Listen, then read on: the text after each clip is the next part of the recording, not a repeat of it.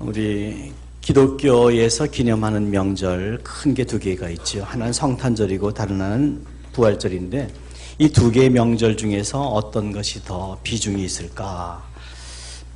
굳이 따진다면 부활절이 아닐까 싶습니다. 왜냐하면 예수님께서 1000번을 이 세상에 오셨어도 십자가를 지시지 않으시고 부활하시지 않았으면 우리의 구원이 이루어질 수 없었기 때문입니다.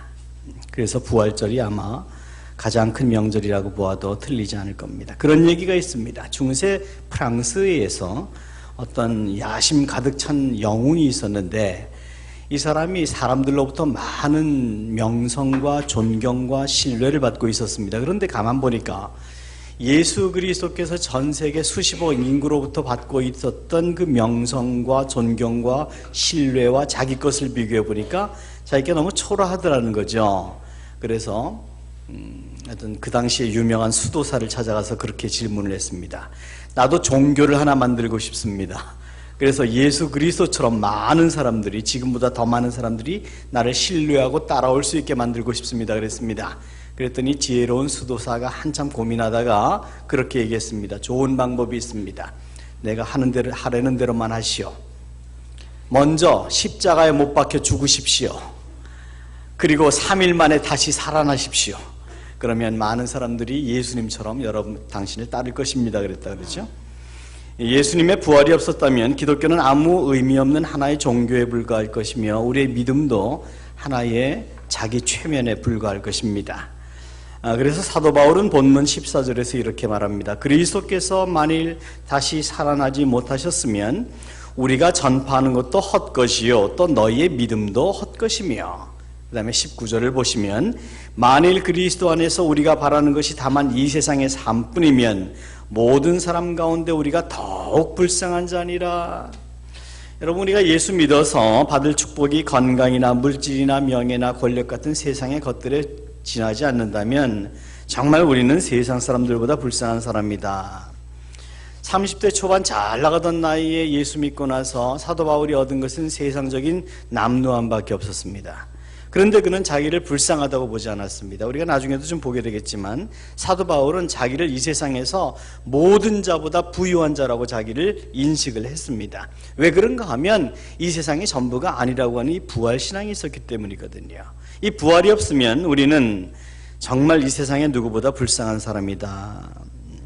기독교 신앙은 그래서 부활의 기초를 둡니다. 근데 여러분, 부활 신앙을 가진다는 것이 구체적으로 무엇입니까? 이 부활절을 기념한다는 것이 하나의 종교력에 의한 행사입니까? 아닙니다.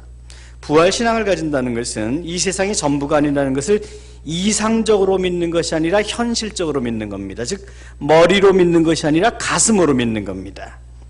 이렇게 생각하시면 돼요.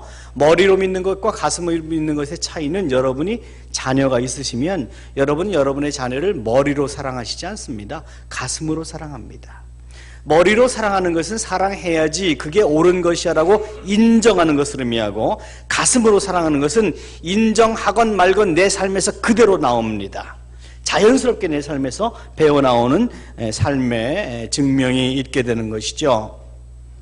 대부분의 사람들이 돈이, 쾌락이 이 세상의 전부인 줄 알고 끊임없이 그것을 추구하며 살아가지만 그거 아니다, 그거 틀렸어, 이 세상이 전부가 아니야. 하나님 나라가 있어. 이것을 믿고 내가 믿는 것을 또한 외치지 못한다면 믿지 못하기 때문입니다. 세일즈 하는 사람이라면 누구나 제가 하는 말씀을 이해합니다. 세일즈 하는 사람은 자기가 파는 물건이, 그것이 보험 상품이건 자동차건, 자기가 파는 물건이 가장 경쟁력 있는 것이라고 자기에게 먼저 믿게 만듭니다. 그렇지 못하면 팔지 못합니다. 마찬가지로 우리가 믿는 예수가 정말 그리스도이시고 죽음에서 살아나셨고 그로 말미암아 우리의 이 세상의 삶은 안개와 같고 이 삶 다음에 하나님의 영원한 나라가 있다는 것을 내가 믿지 못하면 믿지 못하는 거 어떻게 전하겠어요? 전하지 못하면 믿지 않기 때문입니다. 믿음을 먼저 근본적으로 다시 한번 확인해 봐야 되는 것이죠.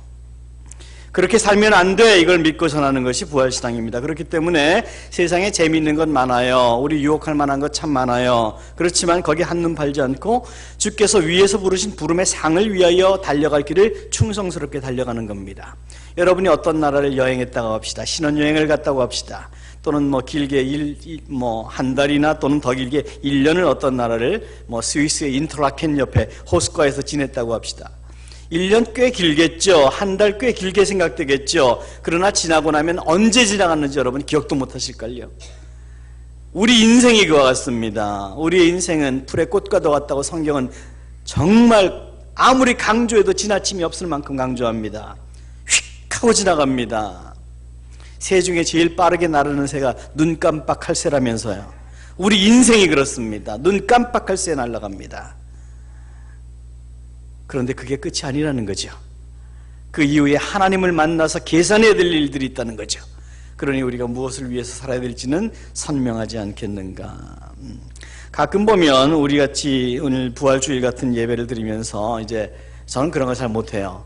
인사할 때 우리 옆에 있는 분에게 예수 부활하셨습니다 라고 인사합시다. 이제 그럴 경우가 있죠. 저는 그거 못하는 이유가 제가 그런 걸 못해요. 이렇게 눈 마주 보면서 예수 부활하셨습니다 이런 거 못해요. 그리고 또 그 1000년을 1000번을 아무리 얘기를 해도 그 예수 부활이 내 삶에서 내게 정말 증명되지 못하면 그건 녹음기 틀어놓는 거나 마찬가지지, 앵무새나 마찬가지지 무슨 의미가 있겠어요.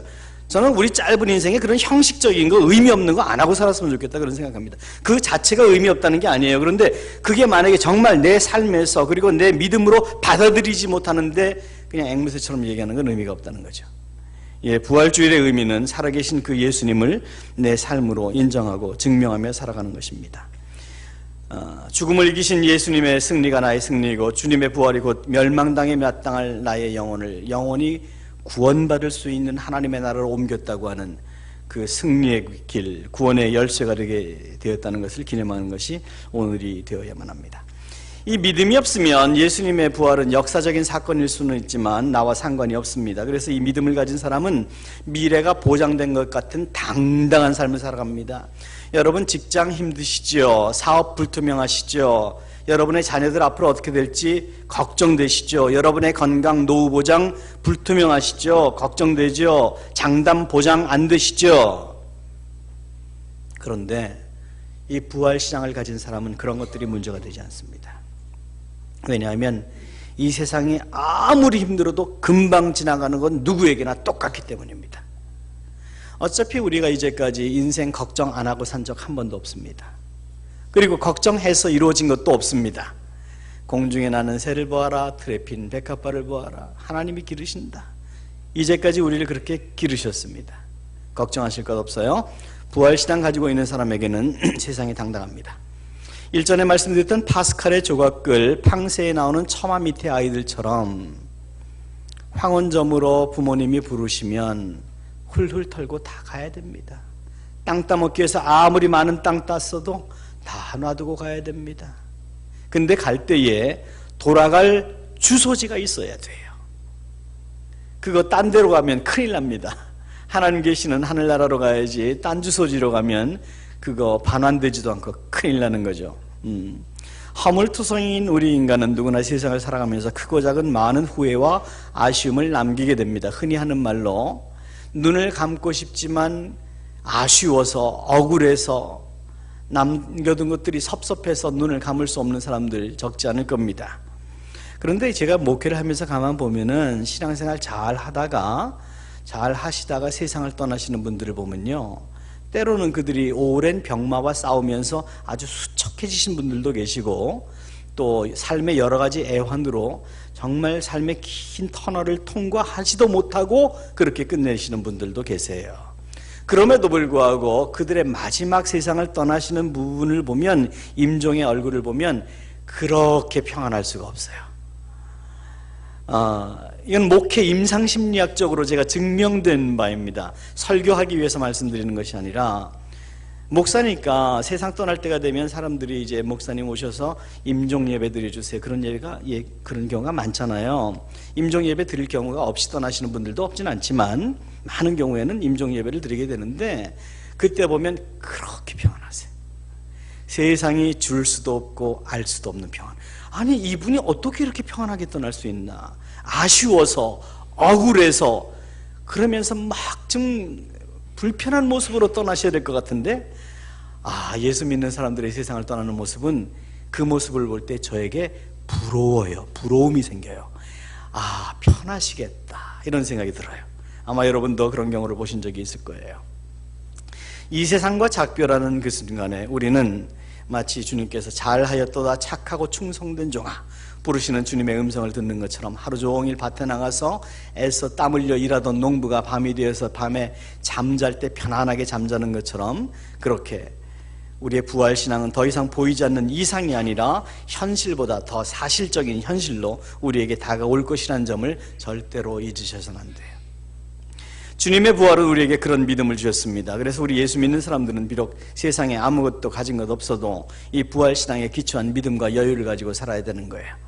근데 이 부활신앙이 없는 사람은 항상 두렵습니다. 살아서는 죽을 게 두렵고 죽을 때는 죽음 이후에 뭐가 있을까 뭐가 있는지 몰라서 두렵습니다. 그래서 이 부활신앙이 없는 사람들은 항상 무덤에 신경 많이 씁니다. 무덤이 자기가 영원히 있을 곳이라고 그렇게 오해를 하고 있기 때문이에요. 여러분, 우리가 세상을 살면서 절대로 해서는 안 될 말이 있는데 그 중에 하나 꼭 기억해 두셨다가 절대로 그런 실수하시지 않기를 바랍니다. 99살 생일잔치 하시는 어르신에게 가서 어르신 100세까지 장수하세요 그런 얘기 하시면 안 돼요. 꼭 1년만 더 살라는 얘기니까 그런 얘기 하시면 섭섭해 하십니다. 사람들은 누구나 다 때가 되면 자기는 세상을 떠나야 된다는 것 알고 있어요. 그렇지만 그게 인정이 안 돼요. 저와 여러분은 엄격하게 보면 다 시한부 인생입니다. 의사로부터 당신 몇 년 살아요 그 얘기 들었다고 그거 그대로 되는 거 아닙니다. 더 살 수도 있고 덜 살 수도 있고. 다만 어느 정도 예측이 되느냐 예측이 안 되느냐 뿐이지 우린 다 시한부 인생이에요. 장담하건대 다 200년 안쪽으로 살아요. 그리고 100년 안쪽으로 사는 사람들이 아마 99% 이상 될걸요. 앞으로 50년 후에 이 자리에 이 땅에 발붙이고 사실 분들 우리 가운데 몇이나 되실까요? 저는 아닐 거예요. 분명히 아닐 거예요. 아마 여러분 중 대부분도 아마 아닐 경우가 많아요. 우린 다 세상 떠나요. 근데 그게 인정이 안 돼요. 왜 인정이 안 돼요? 내가 나를 책임지려고 생각하기 때문에 인정이 안 돼요. 부활신앙이라는 것은 내가 나를 책임질 수 없다는 것을 인정하고 하나님 손에 나를 맡기는 것을 인정하는 것입니다. 일찍이 이 사실을 깨달았던 것은 이 사도 바울이 갈라디아서 5장 24절에서 이렇게 권면했습니다. 우리가 한 음성으로 함께 읽습니다. 시작. 그리스도 예수의 사람들은 육체와 함께 그 정욕과 탐심을 십자가에 못 박았느니라. 정욕과 탐심은 예수를 인생의 주인, 내 주인이라고 부르면서도 세상을 향해서 브레이크 없는 열차처럼 질주하고 있는 또 하나의 나, 이게 정욕과 탐심이에요. 그런데 여기에서 중요한 것은 다시 한번 성경 구절을 올려주시면 중요한 것은 맨 뒷부분입니다. 그리스도 예수의 사람들은 육체와 함께 그 정욕과 탐심을 십자가에 못 박았느니라. 여기서 중요한 것은 시제입니다. 과거 완료형이에요. 이미 십자가에 못 박았다. 누구와 함께? 그리스도 예수와 함께. 예수께서 십자가에 못 박히는 그 순간에 나도 못 박혔다. 나도 이미 그때 죽었다. 여기에 사도 바울의 자기 정체성이 나옵니다. 우리가 자꾸 죄를 짓고 또 죄를 짓고, 우리는 그럴 수밖에 없을 거예요. 그럼에도 불구하고 우리는 그것을 어느 정도 극복할 수 있는 단서가 여기 있는 거예요. 나는 이미 죽은 사람이다. 나는 이미 예수 그리스도를 내 인생의 구세주로 모셔드리겠다고 결심하는 그 순간, 성령의 은혜로 믿음으로 구원받는 그 순간 내 옛사람은 죽었다. 나의 옛사람이 십자가와 함께 예수 그리스도와 함께 장사 지낸 바 되었다가 다시 새 사람으로 살아난다. 그런즉 이제는 내가 산 것이 아니라 내 안에 예수께서 사신 것이라. 여러분은 여러분 자신을 죽은 자로 여겨야만 합니다. 그런데 죽은 자로 여겨도 여러분은 죽지 않습니다. 그 부분이 고린도전서 15장 31절인데 이 부분도 우리가 한 음성으로 함께 읽겠습니다. 시작. 형제들아, 내가 그리스도 예수 우리 주 안에서 가진 바 너희에 대한 나의 자랑을 두고 단언하노니 나는 날마다 죽는다. 단언한다 그랬어요. 분명하게 얘기한다 그랬어요. 잘라서 말한다 그랬어요. 나는 날마다 죽노라. 자, 그러면 이거 모순 아니에요? 앞에서는 십자가에 못 박혔다 그랬습니다. 과거 완료형입니다. 그런데 나는 날마다 죽노라. 현재 진행형입니다. 어떻게 두 개의 시제가 같이 공존해요? 우리는 내가 십자가에 못 박아 죽었다라고 나를 생각하면서도 날마다 내 속에서 죽지 않고 살아나는 나를 발견하게 돼요. 날마다 나를 십자가에 못 박는 자기 성찰과 예수 안에서의 노력이 필요한 거예요. 쉬지 말고 기도하라. 왜 쉬지 말고 기도해? 딱 한 번 기도했으면 됐지. 여러분, 은혜는 셉니다. 거듭 말씀드리지만 은혜는 셉니다. 은혜는 마치 큰 독에 물이 가득 찬 것과 같습니다. 그런데 그 독은 항상 밑에 조그만 구멍이 들어 있습니다. 그래서 셉니다. 아마 여러분 다 그런 경험 있으실 거예요. 가스스테이션에 가서, 주유소에 가서 여러분 자동차에 휘발유를 잔뜩 채웠어요. 가득 채웠어요. 막 들어가지 않게 채웠어요. 그럼 어떤 생각 드세요? 이 차 한참 타겠다. 정말 그러던가요? 아니요. 조금 있으면 불 들어와요. 다시 휘발유 집어넣으라고. 여러분이 치약을 새로 사셨어요. 큰 치약을 사셨어요. 야, 이거 한참 쓰겠다. 정말 그러시던가요? 아니요. 얼마 못 가서 여러분 짜도 안 나오는 순간이 옵니다. 은혜가 그와 같습니다. 그래서 쉬지 말고 기도하라. 쉬지 말고 영적인 공급이 있지 않으면 안 되는 거예요. 나는 날마다 죽노라. 내가 죽은 줄 알았어요. 말씀을 통해서 은혜 받은 줄 알았어요. 눈물 펑펑 흘렸어요. 성령이 오셨네. 성령이 오셨네. 내 주에 보내신 성령이 오셨네. 성령 충만한 줄 알았어요. 그리고 예배당 문을 나가요. 나가는 순간부터 성령 충만은 셉니다. 그리고 그 성령 충만은 새는 줄 모르게 셉니다. 언제 알게 되나? 밑바닥이 다 빠졌을 때 알게 돼요. 그때는 또 얼마나 힘든지 몰라요. 다시 채우는 게 얼마나 힘든지 몰라요.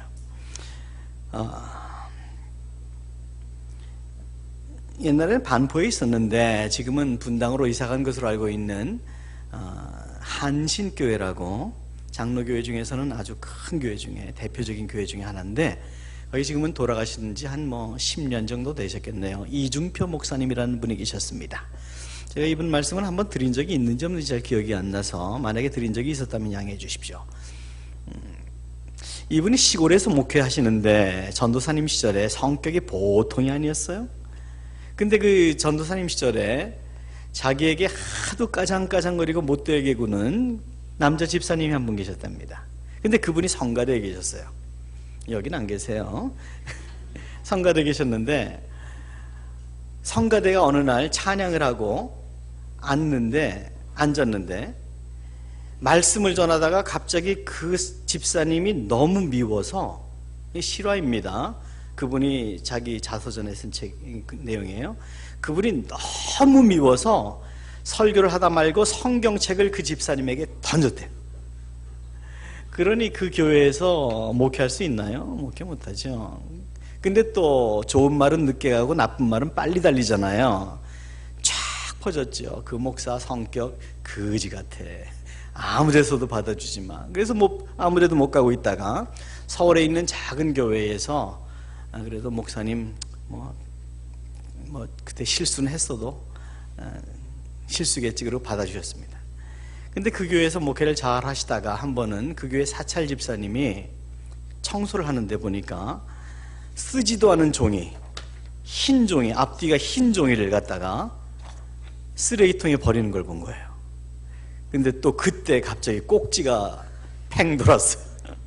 그래서 이번에는 자기보다 나이 많으신 사찰 집사님을 뺨을 때린 거예요. 그러니 이게 목회 하시겠습니까? 안 되죠. 근데 이제 그 교회에 장로님들이 워낙 인품이 있는 분들이라서 목사님도 실수할 수 있다. 그러나 이 실수를 통해서 더 인격이 더 나아지실 것을 기대하고 기회를 더 드리자. 그래서 이제 그 교회에 남아있게 되었어요. 그게 한신교회가 된 겁니다. 장로교단에서 가장 큰 교회 중에 하나가 된 겁니다. 근데 그 순간부터 그 목사님이 나는 제2의 인생을 살겠다 하면서 그 목사님이 만들어낸 고유 언어가 있어요. 고유 명사가 있는데 그것을 그분은 별세신학이다 그랬습니다. 별세신학, 별세신학, 별세신앙 그랬습니다. 나는 이제는 내가 산 것이 아니요 그리스도 안에서 사신 것이라. 나는 이제 내 안에서 일어나고 있는 내 성격에 원하는 대로 살지 않고 예수께서 원하시는 대로 나는 이제 나를 죽은 자로 여기고 살겠다. 그래서 그때부터 그는 별세 신학을 외치기 시작했고, 나중에 그분은 67세 나이에 세상을 떠나셨는데 장로교단에서는 가장 인격이 출중한 목사님으로 그렇게 인정받으셨습니다. 별세 신학입니다. 예, 부활 신학입니다. 저와 여러분이 정말 부활을 믿으면 예수 그리스도의 부활이 우리의 머릿속에 이상적인 것이 아니라 정말 내 삶에서 나의 삶을 바꾸는, 하나님 나라의 부활을 기대하며 이 세상에서의 내 삶이 완전히 조정되는 그런 삶의 변화로 우리에게 다가오게 되는 것입니다. 기독교는 무덤을 헤치고 일어나는 부활의 종교입니다. 불교의 창시자인 석가모니는 죽어서 그의 뼈가 인도의 겐지스강에 뿌려졌습니다. 그리고 진리를 외쳤던, 유교를 외쳤던 공자는 중국의 산동성에 묻혔습니다. 그런데 인류 역사에 그 누구도 죽지 않은 사람 없고 흙으로 돌아가지 않은 사람 없는데, 우리 기독교는 예수 그리스도는 빈 무덤을 자랑합니다. 왜냐하면 우리를 위해서 죽으시고 부활하셨기 때문이에요. 이 부활은 인간의 이성으로는 이해될 수 없습니다. 그래서 어떤 신학자들은 이 예수님의 부활을 이성적으로, 합리적으로, 논리적으로 설명해 보려고 애를 썼어요.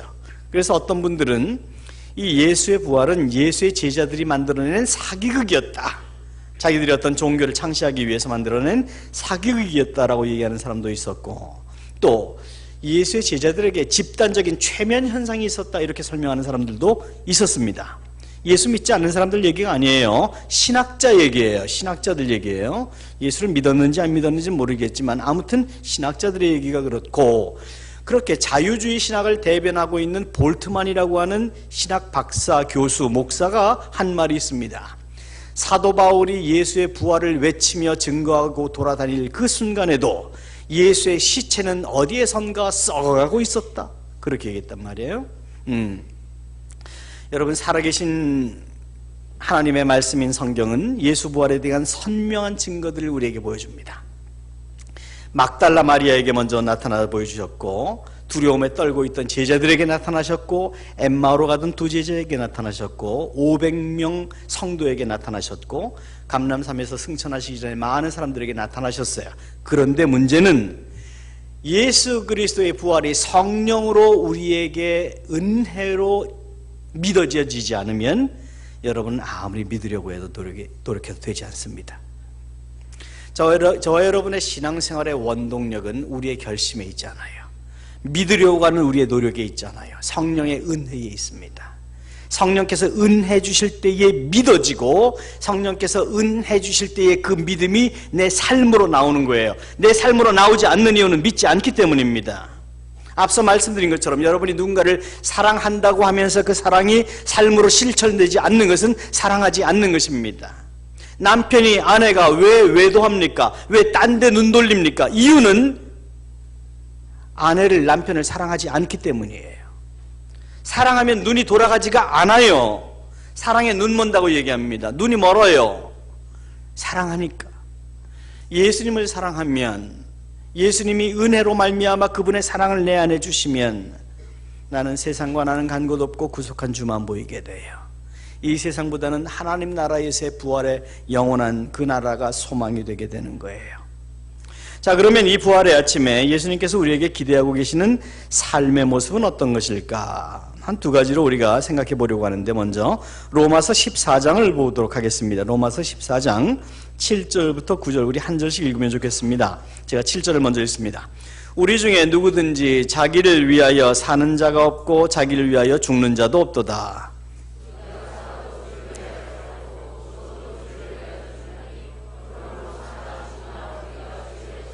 같이 읽습니다. 이를 위하여 그리스도께서 죽었다가 다시 살아나셨으니 곧 죽은 자와 산 자의 주가 되려 하심이라. 살아도 주를 위하여 살고 죽어도 주를 위하여 죽나니 사나 죽으나 우리가 주의 것이라. 예수님의 고난과 부활로 말미암아 우리가 죽음에서 영원한 생명으로 옮겨졌다면, 그것을 정말 우리가 인정한다면 이제는 우리의 주인이 내가 아니라 예수님이라는 것, 우리는 그것을 대속이라고 합니다. 예수님이 십자가에 죽으심으로 그 피를 우리의 모든 영혼, 우리의 모든 사망의 주인이 되었던 마귀로부터 핏값을 치르시고 사오신 것입니다. 그거를 대속이라고 합니다. 구속이라고도 합니다. 그래서 이제는 우리의 주인이 마귀가 아니라 예수 그리스도가 된 것입니다. 그런즉 살아도 죽어도 예수를 위해 산다. 왜냐하면 주인이 예수 그리스도이기 때문에. 예, 바로 이 점을 인정하는 것이 고난주간을 의미하는 것입니다. 그래서 우리 주님은 우리의 인생의 주인으로 인정될 뿐 아니라 우리 삶에서 증명되실 수 있는 분이 되어야만 합니다. 그러면 어떻게 해야 주님이 우리의 주인이시고 내 삶에서 주인이 주님 되신 것을 증명하는 삶이 될 것인가? 어떻게 해야 살아도 죽어도 주를 위해서 사는 삶이 될 것인가? 두 가지로 요약을 해보면, 첫째는 산 소망을 가지고 사는 것이다. 성경은 그렇게 말씀합니다. 소망에는 두 가지가 있습니다. 산 소망이 있고 썩어질 소망이 있습니다. 썩어질 소망은 이 세상에 있는 것들이고 금방 지나가 버립니다. 아까 말씀드린 것처럼 여행에서 아무리 좋은 곳을 여행했어도요, 여러분의 그 감동은 며칠 아니 몇 달이나 몇 년을 가지 못합니다. 금방 지나갑니다. 썩어질 소망들입니다. 그 자체가 의미 없는 것은 아닙니다. 의미가 없진 않지만 썩어질 것들, 즉 영원히 가지지 못할 것입니다. 그런데 산 소망이 있습니다. 그것은 바로 부활 이후에 우리가 누리게 될 소망인데, 베드로전서 1장 3절과 4절을 우리가 한 음성으로 함께 읽도록 하겠습니다. 시작. 우리 주 예수 그리스도의 아버지 하나님을 찬송하리로다. 그의 많으신 긍휼대로 예수 그리스도를 죽은 자 가운데서 부활하게 하심으로 말미암아 우리를 거듭나게 하사 산 소망이 있게 하시며 썩어지고 더럽지 않고 쇠하지 아니하는 유업을 있게 하시나니 곧 너희를 위하여 하늘에 간직하신 것이라. 산 소망이 두 가지가 그랬어요. 산 소망은요, 첫째는 썩지 않는다 그랬습니다. 두 번째는 하늘에 간직한 거라 그랬습니다. 산 소망을 가지고 사는 것, 산 소망을 가지고 산다는 것이 무엇을 의미합니까? 사도 바울의 복음의 중심에는 항상 예수 그리스도의 십자가가 있었습니다. 그는 단 한 번도 요즘 유행하는 기복신앙이라든지 풍요신앙이라든지 이런 것들 설교한 적이 없습니다. 그의 설교에는 항상 날선건과도 같은 경고가 있었고 결단의 촉구가 있었습니다. 그는 단 한 번도 예수 적당히 믿어도 된다고 얘기한 적이 없습니다. 차라리 그렇게 예수 믿으려면 믿지 말라고 얘기했습니다. 믿는 자의 인생은 사나 죽으나 오직 주의 것이며 믿는 자의 소망은 이 세상을 향한 것이 아니라 영원한 하나님의 나라를 향한 것이라고 외쳤습니다. 여러분, 왜 우리가 예수를 적당히 믿으려고 합니까? 그 이유는 여러분 때문이 아니라 여러분 안에 믿음이 없기 때문입니다. 여러분의 안에 있는 믿음이 성령으로 말미암지 않았을 때 여러분의 믿음은 뜨겁지도 않고 차갑지도 않을 것입니다. 그러나 성령께서 우리를 주도하실 때 우리는 통제될 수 없는 그분의 인도하심으로 하나님이 원하시는 삶의 모습으로 살아갈 수 있게 됩니다. 30대 중반 잘 나가던 사도 바울, 일방적으로 만난 예수를 말미암아 그 이후로 그는 한 번도 자기의 남루해진 모습을 불쌍하다고 생각해 본 적이 없어요. 사도행전에 보면 그가 아그리빠 왕이라고 하는 그 이스라엘 왕 앞에서 이제 신문 받는 내용이 나오는데 그때의 당당한 사도 바울의 모습을 우리에게 보여줍니다. 우리 사도행전 26장 27절부터 29절까지 한 절씩 읽으면 좋겠습니다. 제가 27절을 먼저 읽습니다. 아그리빠 왕이여 선지자를 믿으시나이까? 믿으시는 줄 아나이다.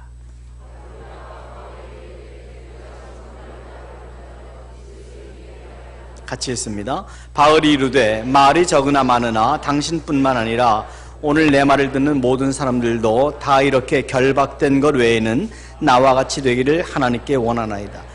그는 오히려 자기를 불쌍하게 여기고 있는 아그리빠 왕에게 아니 불쌍한 건 내가 아니야 당신이야 이렇게 지금 얘기하고 있는 거예요. 바울의 당당한 모습이 우리에게도 적용이 되어야만 합니다. 우리에게 이런 산소망이 있어야 됩니다. 둘째, 주님을 우리 인생의 주인으로 모시고 인정하며 산다고 하는 것은, 증명하며 산다고 하는 것은 십자가에 죽으시고 부활하신 그 예수를 믿는 것뿐만이 아니라 전하는 것이 되어야 된다고 성경은 말씀합니다. 고린도전서 11장 23절에서 26절 좀 길긴 하지만 이 부분도 한 절씩 읽겠습니다. 제가 23절을 읽습니다. 내가 너희에게 전한 것은 주께 받은 것이니 곧 주 예수께서 잡히시던 밤에 떡을 가지사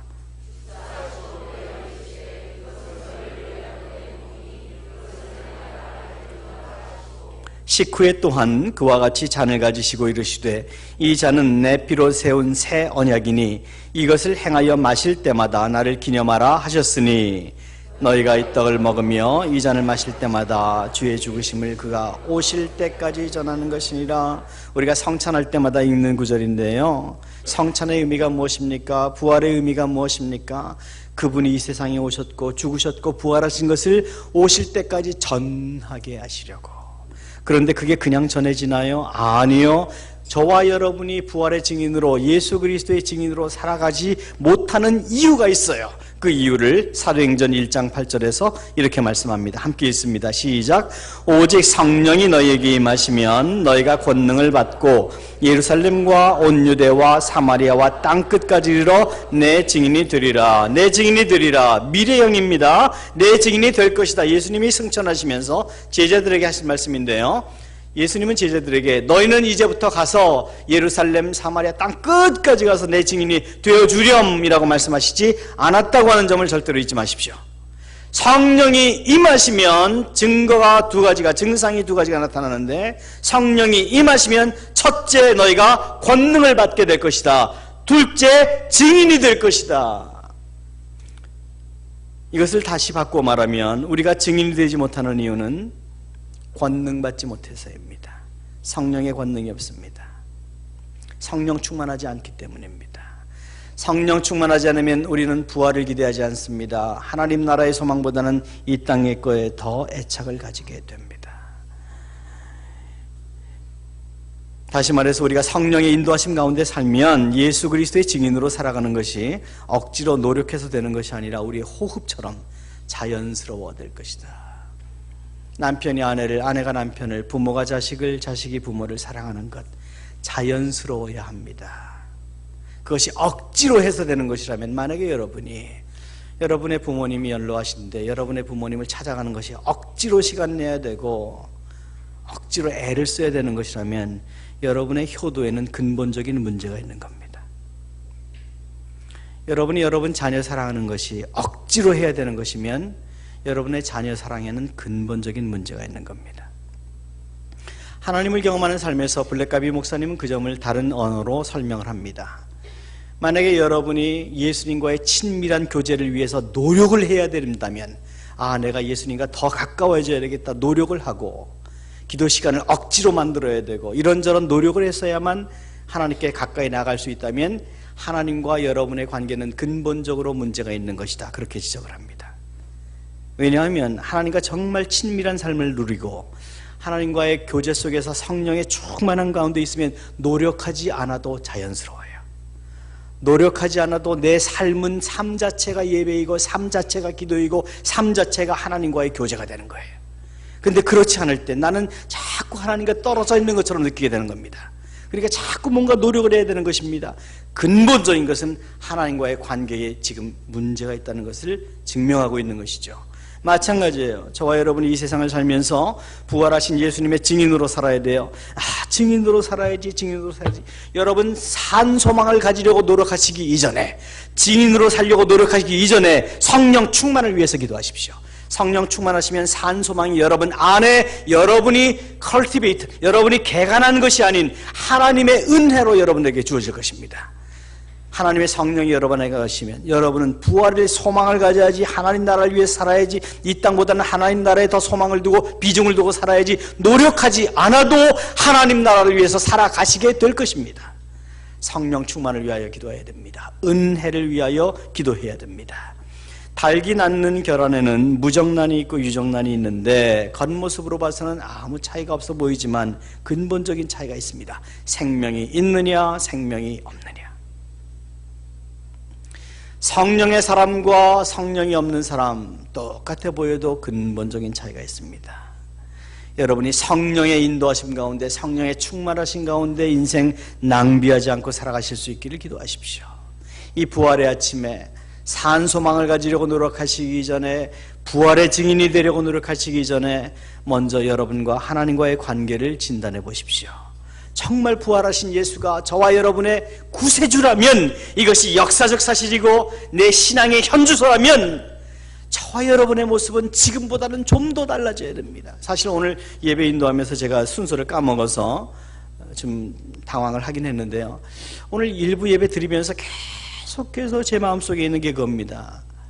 너 정말 부활하신 예수 그리스도가 너의 구세주이심을 믿느냐? 믿는다면 내 삶에서 좀 더 조정되어야 될 부분이 있다고 생각하지 않느냐? 이 부분이 계속 성령의 음성으로 저를 스트러글, 갈등하게 하는 거예요. 어떤 부분입니까? 주님, 어떤 부분입니까? 제가 깨닫지 못하고 있는 부분이 분명히 있는 것 같은데 어떤 부분입니까? 그걸 계속 제가 지금 저에게 묻고 있는 거예요. 그러다 보니까 예배 순서를 좀 까먹기도 했는데요, 저와 여러분이 산 소망이나 예수 부활의 증인이나 이런 어떤 현실적인 일들의 실행을 하기에 앞서서 먼저 근본적인 부분, 내가 정말 부활하신 예수를 내 삶의 구세주, 내 인생의 주인으로 모시고 있는가, 그 부분을 다시 한번 진단해 보십시오. 이 부활주일이 의미하는 것이 무엇인가? 그게 부활주일이든 고난주일이든 성탄주일이든 어떤 주일이든 나는 그냥 또 하나의 예배 형식에 오늘 이 시간을 지내고 있지는 않은가? 예수는 정말 살아있는 내 구세주인가? 아니라면 여러분의 구원은 자신 없습니다. 여러분의 구원에 대해서 쓸데없는 자신감 가지지 마십시오. 정말 부활하신 예수가 여러분의 구세주라는 것이 인정되지 않는다면, 그것이 머리로 인정되는 것이 아니라 가슴으로 인정돼서 여러분의 손과 발로 증명되지 않는다면 어쩌면 여러분의 믿음은 여러분의 최면일 수도 있습니다. 이 부분에 대해서 우리는 성령의 조명하심 가운데 이 세상 사람들의 믿음에 견주지 말고, 앞서 말씀드린 정말 원형 경기장에서 그렇게 자식이 맹수에 찢겨 죽어가고 말뚝에 묶인 채로 올리브유 발라서 원형 경기장에 야간 조명으로 사용되던 그리스도인들이 그럼에도 불구하고 예수를 부인하지 않았던 그 신앙, 우리의 믿음의 선배들, 그 신앙에 우리의 믿음이 견주어져야 됩니다. 바로 사도 바울이 그런 믿음의 사람이었습니다. 나는 이미 얻은 줄로 생각하지 아니하고 앞에 있는 부름의 상을 위하여 쫓아간다. 이 부활의 아침에 저와 여러분의 믿음의 현주소가 이 시대의 그것과 견주어지지 않기를 바랍니다. 부활의 주님이 정말 내 인생의 구세주가 되고 주인이 되어서 사나 죽으나 이제 우리는 주의 것이라고 고백하는 여러분이 되시고, 그러한 여러분의 삶을 통하여 자연스럽게 드러나는 예수 부활의 증인으로서의 삶이 하나님의 영광이 되고, 하나님께는 영광이 되고 여러분에게는 큰 은혜와 축복의 계기가 되는 그런 부활의 아침이 되실 수 있기를 예수님의 이름으로 축원합니다. 기도하시겠습니다.